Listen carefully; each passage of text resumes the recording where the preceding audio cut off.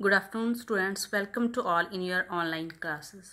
Our teaching subject is Math for class +2.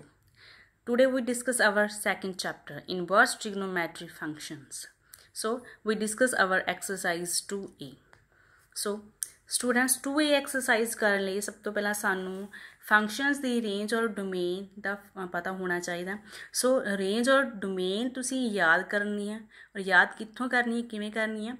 थोड़ी 2A exercise तो पहला एक तुहानू टेबल गिवन होगा रेंज और डोमेन का, तो वो टेबल तुसी लर्न करना जिहदे विच तुहानू साइन, कॉस, टैन, सीकन सारियां वैल्यूज़ दी रेंज और डोमेन गिवन होगी।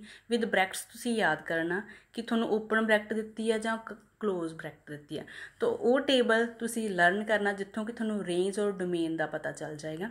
तो साडे कोल फस्ट सम की है, right the domain of function cause inverse x. Show cause inverse x की साडे कोल डोमेन की हुंदी आ क्लोज ब्रैकेट -1 to 1। सो इस तरह तुसी अगर टेबल लर्न करोगे तो बाकी के जो थोड़े सम आ रेंज और डोमेन के ईजिली सॉल्व कर सकते हो। तो सैकेंड सम साडे कोल की है students, find the principal value of sine inverse 1/2। 2A exercise which mostly असी प्रिंसीपल वैल्यू ही फाइंड करनी है। तो प्रिंसीपल वैल्यू असी हुण फाइंड करनी है स्टूडेंट्स साइन इनवर्स 1/2। तो प्रिंसीपल वैल्यू फाइंड करने का साडे कोल की मैथड आ कि जो सानू गिवन वैल्यू आ उसनों असी थीटा दी इक्वल लैट कर लेना। थीटा दी इक्वल लैट करन ते असी की करना, थीटा साडे कोल रेंज और डोमेन के अकॉर्डिंग होना चाहिए कि थीटा बिलोंग्स करता -π/2 to π/2। सो साइन इनवर्स दूजे पासे जाके थीटा दे नाल लग गया तो की बन गया sine theta 1/2 is equal to sine theta. So असी देखना कि 1/2 साडे कोल साइन की वैल्यू कित्थे हुंदी है। 1/2 साडे कोल साइन की वैल्यू कित्थे हुंदी है, तो साइन दी 1/2 वैल्यू साडे कोल हुंदी है π/2। तो 1/2 नूं असीं टेबल के अकॉर्डिंग की लिख सकते हैं साइन π/6 और is equal to sine theta.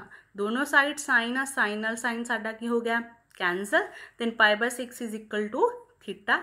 So sine inverse 1/2 theta साडे कोल किस दे बराबर लैट सी साइन इनवर्स 1/2 दी वैल्यू साडे कोल किहदे बराबर आ गई π/6 थी।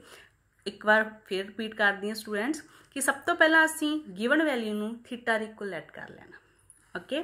और इनवर्स वाली चीज़ जो दूजी साइड जाएगी तो सिंपल बन जाएगी, इनवर्स तो बिना बन जाएगी। सो असी देखना अगर साडे कोले साइन आ तो असी देखना कि 1/2 साइन की वैल्यू कित्थे हुंदी है, तो 1/2 साडे कोले वैल्यू हुंदी है साइन π/6 से, और sine π/6 is equal to sine theta. Sine नाल साइन की हो जाएगा कैंसल, दैन थीटा की वैल्यू कितनी बन जाएगी π/6।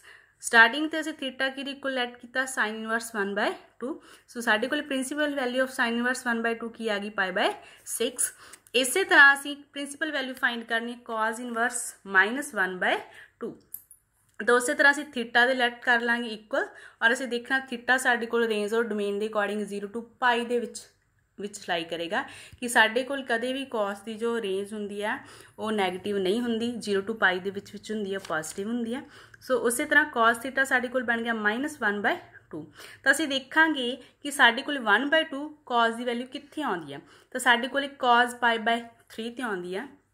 तो असीं इत्थे उपर ही देख लिया सी कि थीटा साडे कोल पॉजिटिव होना चाहिए 0 to π दे विच, तो बट साडे कोल इत्थे वैल्यू की आ गई नैगेटिव। तो सानू इहनूं चेंज करना पऊगा पाई की हेल्प लैके, दैन असीं चेंज कर सकते हैं π - π/3 कि जो साडे कोल गिवन वैल्यू है उसनूं असीं पाई दे विचों की कर दांगे माइनस, तो इहनूं किवें लिख सकते हैं cos π - π/3।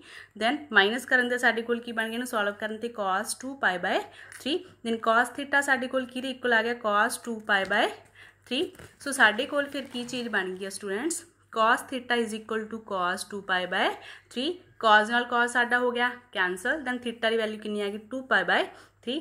Hence cos inverse -1/2 is equal 2π/3। So students इन्हां सम्स की हेल्प के नाल बाकी जो थोड़े फर्स्ट 6 सम्स ने वो तुसीं इन्हां नूं प्रिंसीपल वैल्यू सॉल्व करनी इन्हां सम्स की हेल्प के नाल।